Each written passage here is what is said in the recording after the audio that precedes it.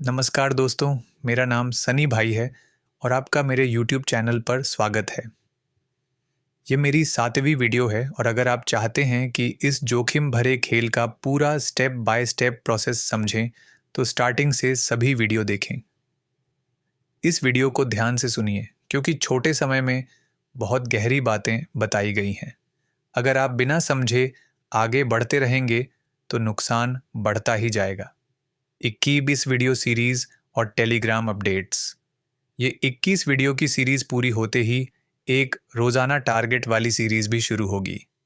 Telegram channel में आपको आने वाले अपडेट मिलते रहेंगे, लिंक डिस्क्रिप्शन में होगा। हमारी वेबसाइट पर भी कंटेंट अपलोड होना शुरू हो जाएगा, उसका लिंक भी डिस्क्रिप्शन में होगा। ध्यान रखें, शुरुआत में ग्रुप छोटा होगा, लोग कम है, लेकिन धीरे धीरे बहुत कुछ नया और उपयोगी मिलेगा। इसलिए ग्रुप से लेफ्ट ना हो। अगर ग्रुप में लोग कम लग रहे हैं तो धैर्य रखें, क्योंकि शुरुआत हमेशा जीरो से होती है। धैर्य और संयम से आगे बढ़ना होगा। अगर आप इस जोखिम भरे दलदल से बाहर निकलना चाहते हैं, तो जल्दबाजी से कुछ नहीं होगा। हम इसे कछुए की तरह धीरे धीरे और समझदारी से करेंगे। अगर आपके अंदर पेशेंस नहीं है, तो कुछ समय तक इसे अपनाने की कोशिश करें और फिर रिजल्ट देखें। इस चैनल से जुड़े रहिए, सभी वीडियो ध्यान से देखिए और खुद महसूस कीजिए कि आपने सही फैसला लिया है। जोखिम भरे खेल में लॉस कैसे रिकवर करें?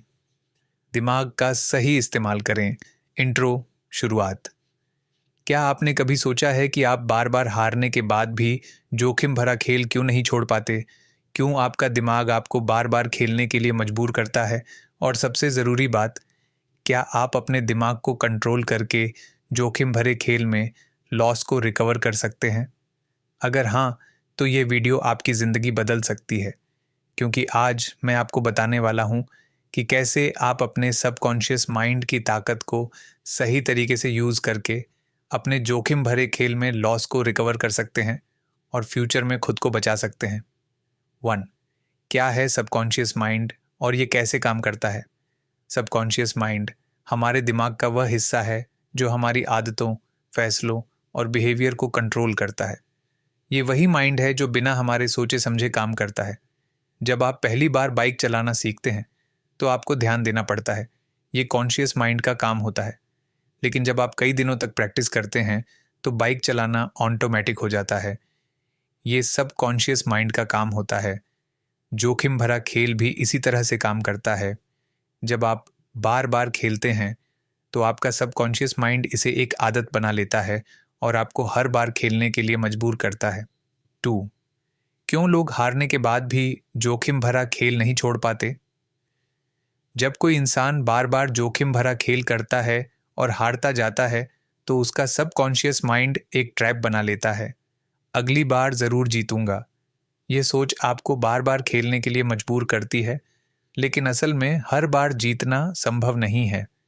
ये सिर्फ एक उम्मीद है जिसे कंपनियां हमारे दिमाग में डाल देती हैं।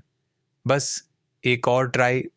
ये मानसिकता आपको खेलते रहने के लिए प्रेरित करती है, लेकिन यह एक ऐसा चक्र बन जाता है जिसमें आप अटक सकते हैं। अब की बार बड्ढा दांव लगाता हूँ, ये सबसे खतरनाक सोच होती है, जिसमें लोग पहले हुए नुकसान की भरपाई करने के लिए और बड़ा रिस्क लेते हैं, लेकिन यह रिस्क आमतौर पर और बड़े नुकसान का कारण बनता है। यह सब सिर्फ दिमाग का एक भ्रम है जिसे जोखिम भरे खेल की कंपनियां आपके माइंड में डालती हैं। 3. लॉस को रिकवर करने के लिए माइंड को कैसे रिप्रोग्राम करें? अब सवाल यह है कि क्या हम अपने माइंड को कंट्रोल कर सकते हैं? जी हाँ, और इसका तरीका है माइंड रिप्रोग्रामिंग। आइए इसे स्टेप बाय स्टेप समझते हैं। स्टेप 1. खेल को एक बिजनेस की तरह देखें, इमोशन की तरह नहीं। जब आप खेलते हैं, तो इसे सिर्फ मनोरंजन की तरह न लें, बल्कि इसे एक रणनीतिक निर्णय की तरह देखें। एक बिजनेस में आप सोच समझकर पैसा लगाते हैं, न कि सिर्फ अपनी भावनाओं के आधार पर।